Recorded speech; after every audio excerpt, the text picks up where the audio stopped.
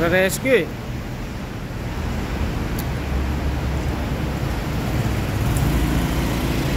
Re-rescuein ko sana. Putya, lobat na eh.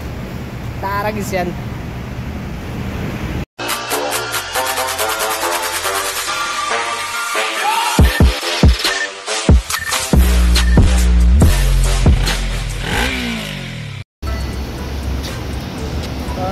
Naligot ko na yung carb kanina. Inano ko lang, dinugahan ko lang sa mga sa mga fuel scope, pinag-uubad ko lang. Kaso hindi ko na tinanggal to, baka kasi mag-leak pag binalik ko. Yung problema, nalobat.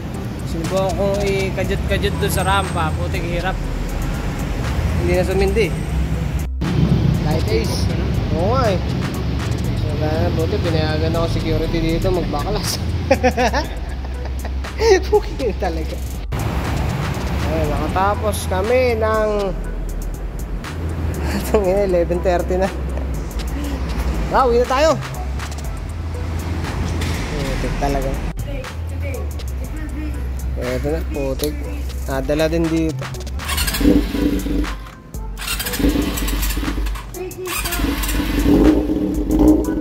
Medyo masama eh.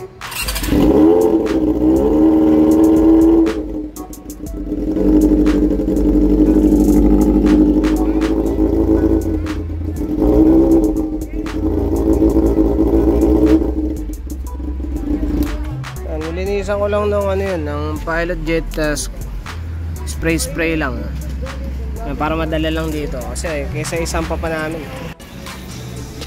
Diretso na ng PMS,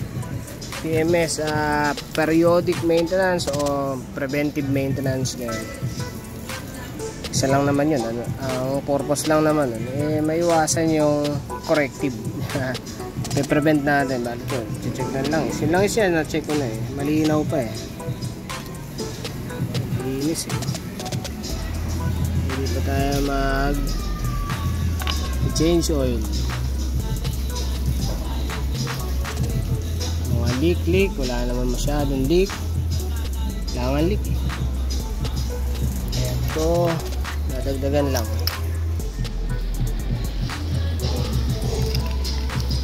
Tapos mga brakes, yung brakes ang medyo makunat eh.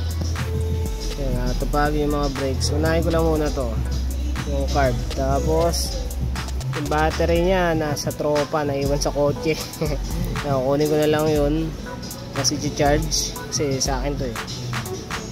Tapos ano pa ba, charging, okay pa naman charging nito. Ito nga pala yung ginamit ko. Tagal na rin yan. Ano pa, brake suspension to, hindi ko magagawa kasi sira na to eh. Sira, may mga kayod na yata to na malalim. Nilihan na daw to nung nag-rebuild. Hubad nga eh. Hubad to ah. Parang hindi bago yung nilagay. Sa Caloocan pina-rebuild to. Kasi hindi ko nakayanan to, hindi ko nakayanan yung shocks. Kasi medyo sira-sira to. Na-repair naman nila to. Tapos ito nga, tumagas pa rin. Tumagas pa rin.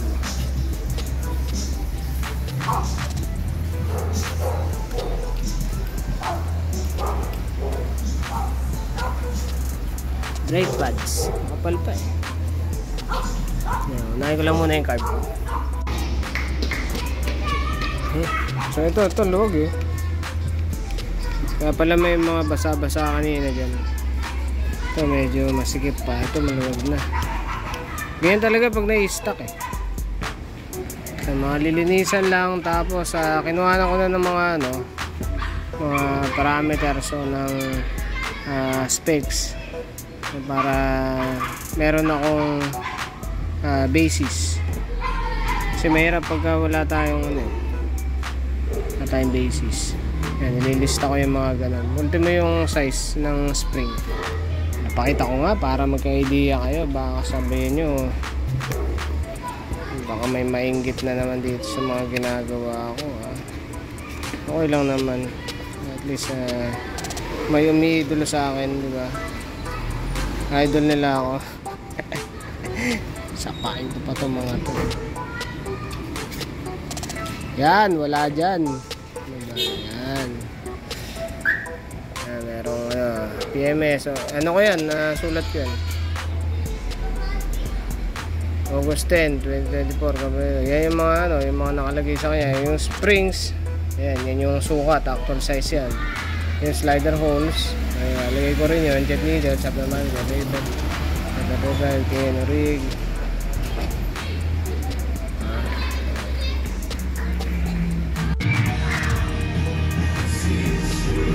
Load bar, pinapalitan ko na agad kasi ano na siya. Pag na-stock, ganyan eh. Hindi kasi sa bata. Kaya kasi Bella, walang lahat ng people ni Marcos nakahalik, nakayakap. Ganun. Nabutan na kami ulan dito. Wala, hindi natin mailawan pala. Pinuno ko na yung radiator. Nun. Beautiful.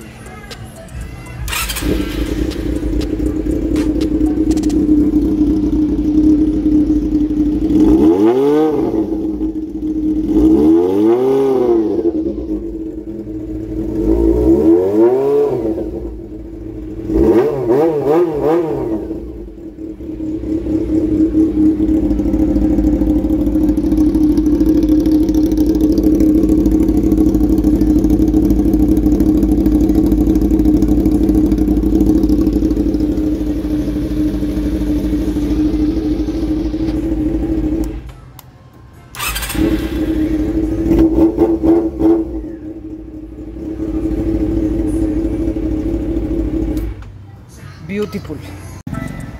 Ambon pa rin. Ito, na-rebuild ko na. Hindi ko na napakita yan, oh. Hindi na siya, kanina kasi ganyan, tapos ang tagal bumalik. Tagal siya bumalik na yan. Ayan, balik na agad. Yung gamit ko, putya, ang hirap mamray eh. Nakakaalangan eh. Parang hindi kakagat eh. Ano na mga ba dito? Ito na lang pala. Adjust ako ng chain. Mag-a-adjust pa lang. Ay, hindi na. Ito yung leak dito. Sa hindi makita. Ayun. Mga seal yan. Yung mga leak dyan. Dalawang oil seal. Tsaka sa siguro to. Sa water pump. Ito pala eh. Ginawa ko na pala to dati. Nilagyan ko lang ng sealant. Bigay pa rin eh. Tapos ito yata ang daming leak pati yan. Tsaka itong kung kasama itong sa water pump. Naglilik na rin sa water pump kasi malangis dito eh. Tanggalin ko na rin yun para ma-repair. Papalitan ko na ng ito o-ring dito sa loob, oil seal, tsaka yung oil seal. Meron nga pala nag-chat sa akin kasi yung mga pinagtanungan niya daw kailangan ibaba yung makina.